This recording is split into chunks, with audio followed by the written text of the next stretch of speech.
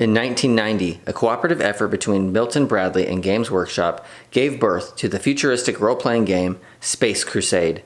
Merging the play mechanics of our favorite dungeon crawler and Games Workshop's dark vision of the future, Space Crusade is a simplistic version of Space Hulk and Warhammer 40k, where superhuman warriors execute dangerous missions inside derelict spaceships.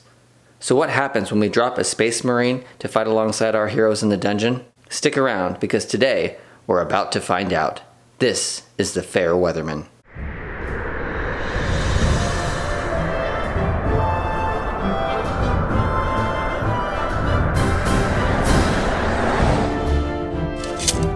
Welcome to the world of HeroQuest, a place unlike any other. This is the Fair Weatherman. If you like what you see, hit that subscribe button and help us defeat Zargon and his minions of dread. Set in the fictional universe of Warhammer 40k, the Space Marines, also known as Adeptus Astartes, are superhuman warriors who fight for the Imperium of Man. They wear mechanized suits of armor and have modified genomes that grant them superhuman strength and endurance. You are a Space Marine, a genetically enhanced transhuman behemoth, clad in ceramite ablative power armor and armed with the Emperor's finest armament. Sent back in time to help reclaim the fallen realm from the Green Tide, the Space Marine is foremost amongst the defenders of humanity, the greatest of the Emperor of mankind's warriors. They are superhuman, having been made superior in all respects to a normal man by a harsh regimen of genetic modifications, conditioning, and rigorous training. Untouched by plague or any natural disease, the Space Marine can suffer wounds that would kill a lesser being and live to fight again. Clad in ancient power armor and yielding the most potent weapons known to modern man, Malum Cato is a terrifying foe, and his devotion to the Emperor and the Imperium of Man is unyielding. He is one of the God Emperor's angels of death, and he knows no fear. Defender of humanity, you can use any sword in the armory for secondary close combat. Space Crusade is a sister game to HeroQuest, which was designed by Games Workshop, Stephen Baker, and the Milton Bradley team. The game sounds like something I would love, but sadly, I missed this release as a child. All I knew about it stems from what was featured on the cover of White Dwarf magazine. I've always loved the stunning sci-fi artwork from the original board game. I've also heard great things about the video game Space Marine 2, just released on consoles this month. It looks awesome. If and when Avalon Hill decides to re-release the board game, I'll be all over it, as I'm sure most of you would too. About a month ago, I stumbled across a Reddit post in the HeroQuest forum, featuring the genetically enhanced transhumanoid Space Marine. The artwork on the hero card drew me in, as well as the handful of unique skill cards. I was immediately drawn into the possibility of this guy running around my dungeon. So I downloaded the cards, changed a few features, and did a bit of research on Etsy to find the right Marine for me. The Space Bear, or the Makwa Marine, was the perfect adaptation of futuristic space and dungeon crawling warrior. I know you can find the exact Space Marine figure, but I was enamored with this design. The furs and chains gave an old world feel, as I thought worked well in the dungeon. I asked the seller to scale the mini down to a closer 32mm size, so it would fit in nicely with my other heroes. I feel he's just large enough to be menacing and still fit in a 1-inch square. Representative Tax 312 didn't make any equipment cards, so I took the liberty to do so. Power Armor, an advanced form of powered combat armor with a full suite of life support functions for operation in hostile environments, equipped with fully integrated tactical targeting and threat analysis system known as AutoSense. The Bolt Rifle, an instrument of mankind's divinity, the bringer of death to his foes. Its howling blast is a prayer to the gods of battle. This long-ranged weapon gives you the attack strength of 4 combat dice. You can fire at any non-adjacent monster you can see. The Combat Knife.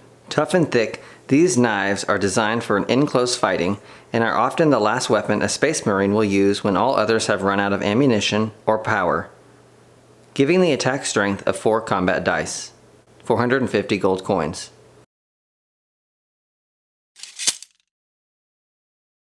Originally, there were 5 hero skills, 2 of which were similar grenades and 2 more thematic, with a helmet removal that yielded nothing but respect from fellow heroes and an oath that gains you an extra combat dice when battling a specific monster. I chose to scale the skill cards back to 3, keeping things streamlined with the rest of the HeroQuest characters, adding my own flavor on 1 after a fun suggestion on the post from another user. So let's get right into it. Today in my demo I'm going to be showcasing some Dreadville dice I got from Jeremiah at Victory Designs on Etsy. I love these dice, really cool. He also sent me a custom dice tray with my logo on it.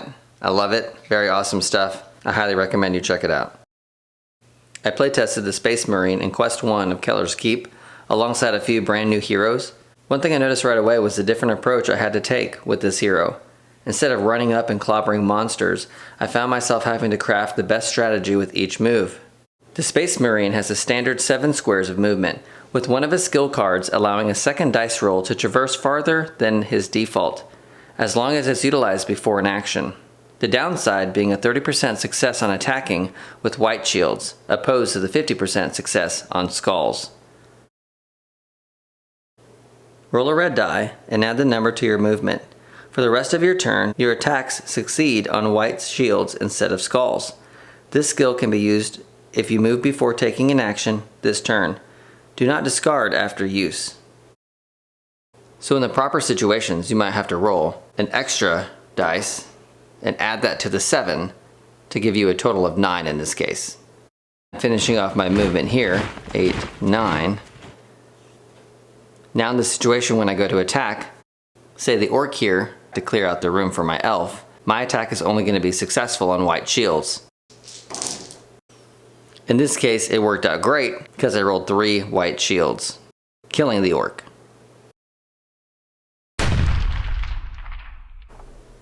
Because I'm ranged attack only, I couldn't attack the goblin next to me unless I purchased a sword. Now the armory has a lot of different sword options you can choose from. The short sword, broadsword, or long sword. Or, if you save up enough gold coins, 450, you can purchase the combat knife, thus giving you a 4 dice attack.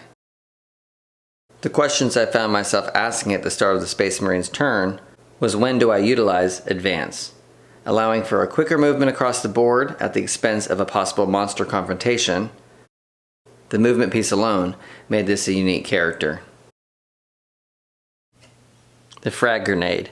Throw this grenade at any square on the game board that you can see. All monsters in that square and all adjacent and diagonal squares to that square receives 1 body point of damage. Can be used once per quest.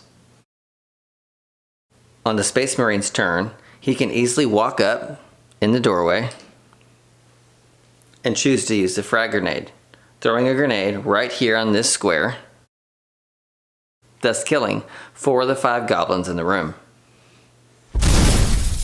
allowing for a swift clearing of a room when facing monsters with low body points. I tested this hero against goblins and orcs, and the kill count was amazing with this skill. It can only be used once per quest, so choose your targets wisely. Lastly, my addition to the hero skills cards happened to be my favorite. The Remembrancer was an idea based off of a suggestion on the original post. In Warhammer lore, Space Marines have lots of different troops, given genetically enhanced genes that have mutated and caused abnormal abilities. Homophagy, also known as the Remembrancer, allows the Space Marine to gain part of the creature's memory by eating its flesh. This allows the Space Marine to literally learn tactical information and skills by eating. Remembrancer. After killing a monster and eating its flesh, you gain part of the creature's memory, learning its tactical information, allowing you to make 1 additional turn mimicking the slain monster. Can be used once per quest. In this situation, the Space Marine can move in for an attack on the Femir,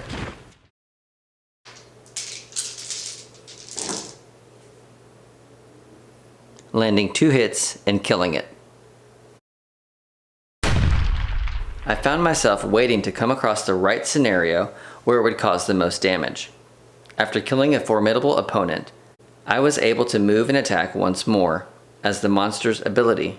Example, if I killed a Famir, you can move 6 movements and attack 3.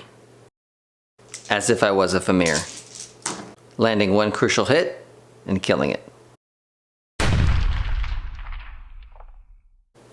As you can see, picking off a measly goblin wasn't that quest altering, but you can imagine how powerful this move would be when you're facing off the likes of a polar warbear or a yeti.